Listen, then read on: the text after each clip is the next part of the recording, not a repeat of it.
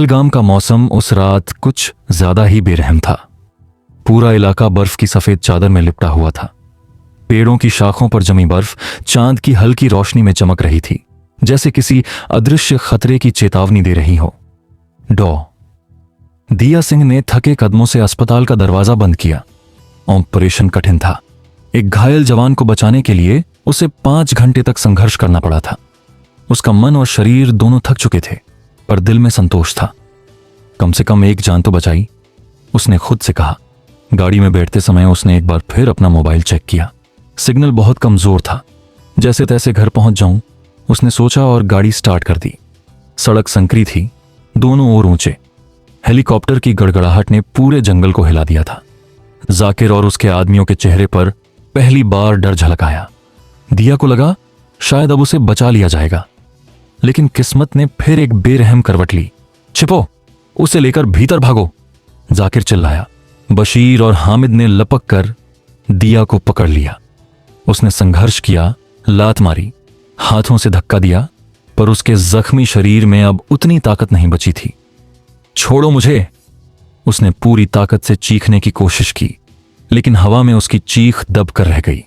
दोनों ने उसे फिर से खींचते हुए लॉज के पिछले हिस्से की ओर घसीट लिया, जहां आधी टूटी दीवारें और उजड़े कमरे थे। हवा में नमी थी, बर्फ के कण उड़ रहे थे, पर वह सब दिया को अब बहुत दूर का लगता था। उसका दिमाग एक ही सवाल कर रहा था, अब क्या होगा? वे उसे एक अंधेरे कमरे में धकेल कर फेंकते हैं। कमरे में बस एक टूटा हुआ पलंग था और दीवारों पर सीलन की बदबू थी। दिया घुटनों के बल गिरी।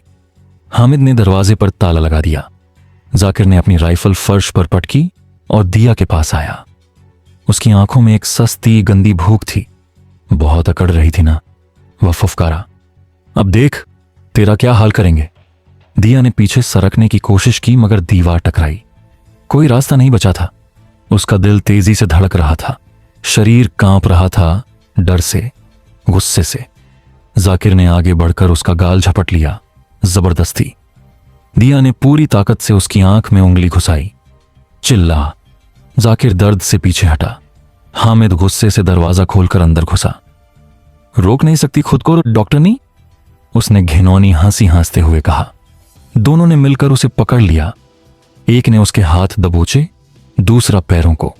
दिया छटपटा रही थी, अपने पूरे जोर से। उसके दिमाग में बस एक ही बात थी, मैं हारूंगी नहीं, मैं टूटूंगी नहीं। हामिद ने उसकी जैकेट को खींचने की कोशिश की। दिया ने सिर घुमाकर उसकी नाक पर जोरदार हेडबट मारा। क्रैक! हामिद चीखते हुए पीछे हट गया। उसकी नाक से खून बहने लगा। जाकिर ने उसे थप्पड़ मारा इतना जोरदार कि दिया का सिर दीवार से टकराया। उसकी आंखों के आगे अंधेरा छा गया, मगर फिर भी उसने हार नहीं मानी। उसने पांव से पलंग की टूटी लकड़ी को ढूंढा और जैसे ही जाकिर झुका, उसने छड़ी उसकी गर्दन पर दे मारी। हामिद गुस्से से पागल हो गया था। उसने दिया को बालों से पकड़ा और घसीटते हुए कमरे के बीच में लाया। दिया की आंखों से आंसू बह रहे थे, दर्द के नहीं बल्कि गुस्से के। उसकी आत्मा चिल्ला रही थी, नहीं, मैं इन दरिंदों को जीतने नहीं दूंगी। हामिद ने अपनी बेल्ट खोली। कमरे की हवा में घिनौना डर फैल गया। दिया जानती थी अभी अगर वह कुछ नहीं करेगी तो सब कुछ खत्म हो जाएगा। उसने आखिरी दांव खेला। जैसे ही हामिद ने झपटने की कोशिश की, दिया ने लोहे के पुराने पेंच से उसकी जांघ में जोरदार वार कर दिया। आह! हामिद दर्द से गिर पड़ा, चिल्लाता हुआ। जाकिर उसे पकड़ने आगे बढ़ा, लेकिन तभी बाहर धमाकों की आवाज आई। धड़ाम धड़ाम। बाहर गोलियां चल रही थीं। दिया ने मौका देखा और दौड़ लगाई। दरवाजा खुला पड़ा था। गार्ड बाहर हट चुके थे। वह जंगल की ओर भागी। ठंडी हवा चेहरे पर चोट कर रही थी। घुटनों से खून बह रहा था, लेकिन उसके अंदर एक ही आग जल रही थी। आज खुद को बचाना ही होगा। पीछे से हामिद और जाकिर फिर से उसके पीछे आए, लेकिन दिया अब जान पर खेल चुकी थी। उसने खुद को एक पुराने कुएं के किनारे तक खींचा। छुपने का कोई और रास्ता नहीं था। उसने खुद को बर्फीली झाड़ियों में छिपा लिया। हवा में अचानक सेना के जवानों की आवाजें गूंजने लगीं। इलाके को घेर लो, कोई बाहर न निकले। फिर एक भारी भरकम आवाज, दिया, दिया, कहां हो तुम? वह आवाज वह कभी नहीं भूल सकती थी मेजर विक्रांत सिंह। दिया ने कमजोर आवाज में पुकारा, विक्की, यहां। और अगले पल विक्रांत ने खुद उसे झाड़ियों से खींचकर गले लगा लिया। उसका मजबूत कंधा, उसकी आवाज, उसकी गर्माहट सब दिया के लिए उस क्षण जीवन की वापसी थी। मैं आ गया दिया, मैं आ गया, विक्रांत ने फुसफुसाते हुए कहा। दिया उस कंधे से लगकर फूट फूट कर रो पड़ी। विक्रांत ने उसे अपनी जैकेट ओढ़ाई और हथियार उठाते हुए आदेश दिया, जाकिर को जिंदा मत छोड़ना। आर्मी के जवानों ने पूरे लॉज को घेर लिया था। जाकिर और उसके साथी जान बचाने के लिए इधर उधर भागे, लेकिन कहीं भाग नहीं सके। गोलीबारी तेज हुई।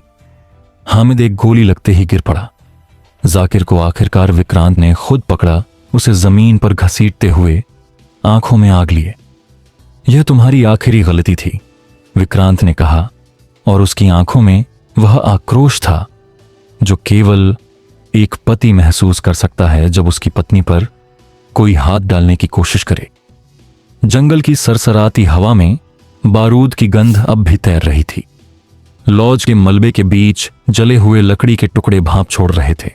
दिया विक्रांत के मजबूत हाथों के सहारे चल रही थी। उसकी सांसें बेतरतीब थीं और पैर इतने जख्मी कि हर कदम पर वह कांप जाती। पर वह जानती थी अब उसे रुकना नहीं था। वह जानती थी कि अभी सब खत्म नहीं हुआ था। बशीर भाग निकला था, उस राक्षसी टोली का सबसे तेज और चालाक आदमी। और सबसे बड़ा खतरा, विक्रांत ने दिया को मेडिकल टेंट में पहुंचाया। वहां एक नर्स ने उसे कंबल ओढ़ाया और पानी दिया। पर दिया का दिल तब तक नहीं ठहरा जब तक उसने विक्रांत की आंखों में झांक कर यह नहीं देख लिया कि वह भी उसी आग में जल रहा था, बदले की आग में। मैं उसके चेहरे को कभी नहीं भूल सकती, दिया बुदबुदाई। बशीर, वह फिर आएगा। विक्रांत ने उसके माथे को छूते हुए फुसफुसाया, अब मैं हूं, इस बार वह जिंदा नहीं बचेगा। उसकी आवाज में ऐसा वादा था जो किसी भी दुश्मन के लिए मौत का पैगाम था। रात गहरी होती चली गई। इधर विक्रांत और उसके गुप्त ऑप्स यूनिट ने बशीर के संभावित ठिकानों का पता लगाना शुरू कर दिया। उधर दिया अस्पताल के एक छोटे से कमरे में लेटी हुई हर खड़खड़ाहट पर चौंक रही थी। उसे लग रहा था जैसे दरवाजे के बाहर कोई छुपा है, कोई अंधेरे से निकलकर फिर से उस पर टूट पड़ेगा। उसकी नींद टूटती रही। बार बार उसे वही पल याद आता जब जाकिर और हामिद ने उसे घेर लिया था, जब उसके सारे सपने, उसकी सारी गरिमा दांव पर थी। वह खुद को बार बार समझाती रही, अब मैं सुरक्षित हूं, अब मैं अकेली नहीं हूं। पर डर ऐसा जहरीला था कि उसकी आत्मा को हर बार अंदर से चीर देता था। अगली सुबह विक्रांत ने उसके सामने एक प्रस्ताव रखा।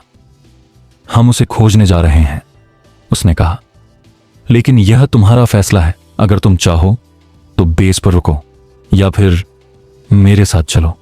दिया ने एक पल को सोचा। उसके अंदर कहीं कोई टूटी हुई, डरी हुई लड़की कह रही थी, रुको, छुप जाओ।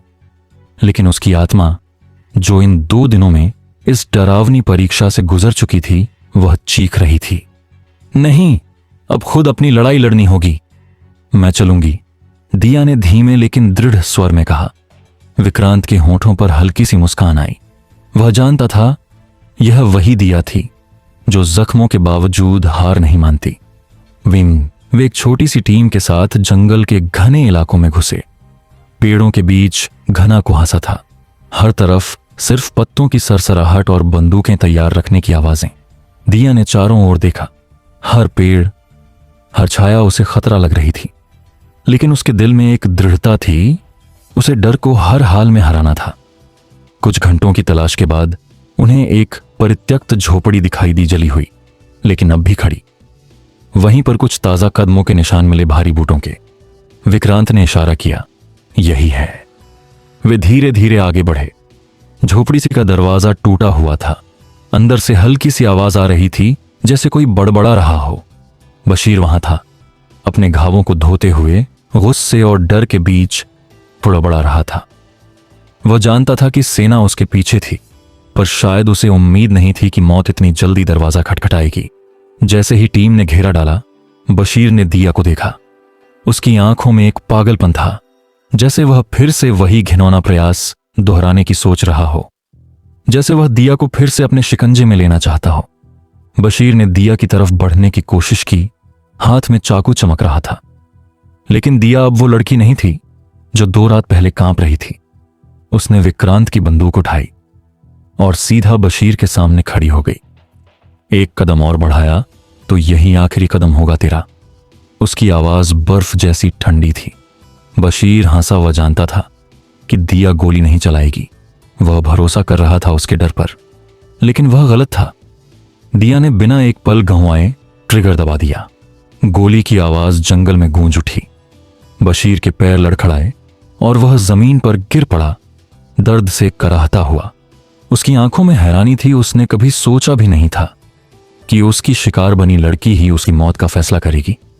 दिया ने उसकी ओर देखा, उस चेहरे की ओर जिसने उसकी जिंदगी तबाह करने की कोशिश की थी, और फिर उसने खुद को मुड़ जाने दिया, अपनी आत्मा से वह गंदगी धोने के लिए जो इन शैतानों ने उस पर फेंकी थी। विक्रांत ने उसके कंधे पर हाथ रखा। यह अंत था, उसने कहा। अब कोई तुम्हें छू नहीं सकता, अब कभी नहीं। दिया ने गहरी सांस ली, जैसे बरसों बाद उसने खुली हवा को महसूस किया हो, जैसे अपने सारे जख्मों को हवा में छोड़ रही हो। लौटते समय जंगल की पगडंडियों पर चुप्पी छाई थी। बस दिया के मन में एक नई शांति थी, एक नई शुरुआत की धीमी लेकिन सच्ची उम्मीद थी। वह जानती थी जो बीता उसे कभी भुलाया नहीं जा सकता, पर अब वह उस दर्द की कैदी नहीं थी। अब वह फिर से खुद की मालिक थी। विक्रांत के साथ चलते हुए उसने पहली बार अपने होंठों पर हल्की मुस्कान महसूस की। अभी रास्ता लंबा था, लेकिन अब उसमें चलने की ताकत थी। रात गहराती रही और दिया के भीतर एक नई सुबह उगने लगी। समय धीरे धीरे बीतने लगा था। जंगल में हुई वह भयानक रात अब दिया के पीछे छूट रही थी, लेकिन उसके निशान अभी भी उसके भीतर मौजूद थे। बशीर की मौत के बाद सब कुछ शांत था। कोई धमकी नहीं, कोई पीछा नहीं। जैसे एक लंबी थकाने वाली जंग के बाद आखिरकार शांति ने दरवाजा खटखटाया हो। विक्रांत ने उसे सलाह दी थी कि वह कुछ समय के लिए शहर लौट जाए, अपनों के बीच, सुरक्षित माहौल में।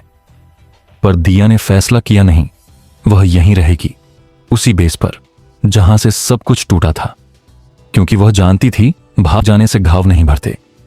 उन्हें वहीं सील करना पड़ता है जहां उन्हें लगाया गया था। सुबह अब अलग थीं। हर दिन दिया खुद को थोड़ा थोड़ा फिर से बनाती थी। कभी खुद से बात करती, कभी खुले आसमान के नीचे घंटों बैठती। विक्रांत कभी कभी उसके साथ चुपचाप बैठ जाता, बिना कोई सवाल किए, बिना कोई सलाह दिए। बस उसकी मौजूदगी में एक ऐसा भरोसा था जो दिया को लगता था जैसे उसके टूटे टुकड़े फिर से जुड़ने लगे हों। धीरे धीरे दिया ने अपने काम को फिर से शुरू किया। वह बेस के बच्चों के लिए लाइब्रेरी चलाने लगी। किताबों के बीच उसे फिर से सपनों की महक मिलती थी। कहानियों में खोते हुए वह अपनी ही कहानी को दोबारा लिखने का साहस पा रही थी। लेकिन शांति हमेशा स्थायी नहीं होती। एक रात जब दिया लाइब्रेरी से लौट रही थी, उसे एहसास हुआ कि कोई उसकी निगरानी कर रहा है। छायाएं उसके पीछे पीछे चलती, इतनी हल्की कि पहली बार में उसे लगा शायद उसका वहम है। पर अगले दिन उसके कमरे के बाहर फटे हुए कागज का एक टुकड़ा पड़ा मिला। उस पर लिखा था, तुम्हें लगा सब खत्म हो गया। दिया का दिल बैठ गया। उसने तुरंत विक्रांत को बुलाया। विक्रांत ने पेपर को ध्यान से देखा और उसकी आंखों में एक कड़ी चमक आ गई। बशीर के गिरोह के बाकी लोग, उसने कहा, वे अब भी बाहर हैं और वे जानते हैं कि तुम ही बशीर के खात्मे का कारण बनी। दिया ने होंठ भींचे।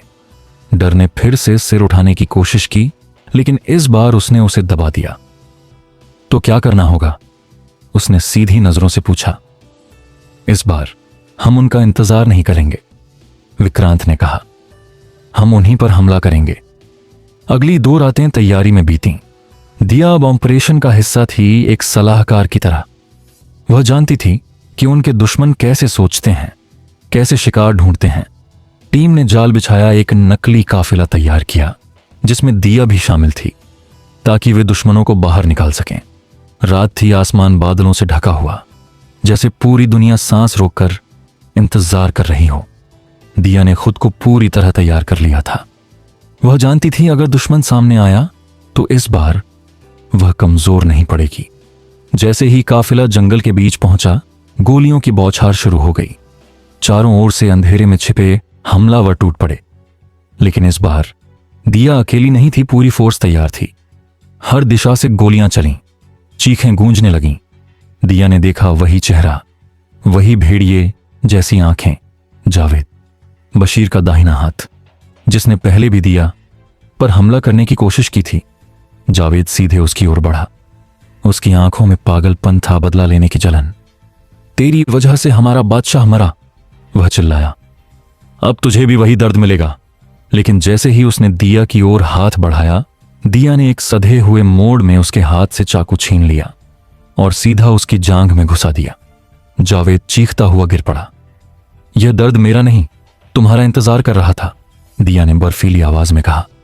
टीम ने बाकी हमलावरों को भी घेर लिया।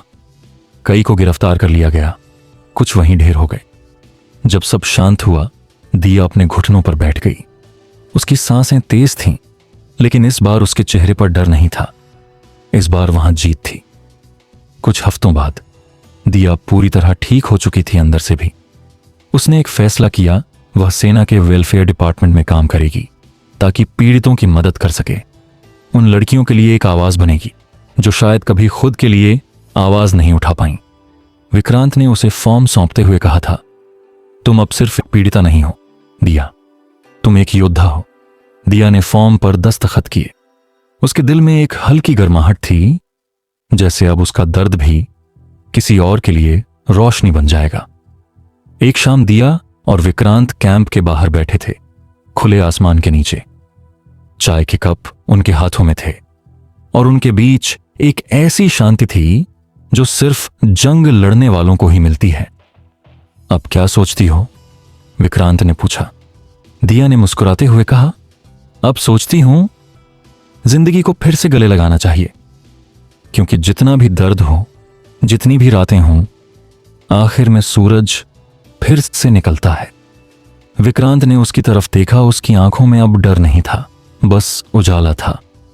और अगर फिर कभी अंधेरा आया? विक्रांत ने पूछा। दिया ने मुस्कुराते हुए चाय का घूंट लिया और कहा, तो हम फिर से लड़ेंगे, साथ में। हवा में ठंडी मिठास थी, आसमान पर तारे मुस्कुरा रहे थे और दिया जानती थी अब चाहे कोई भी तूफान आए, वह कभी फिर से नहीं टूटेगी, क्योंकि अब वह दिया नहीं, दिया एक आग बन चुकी थी।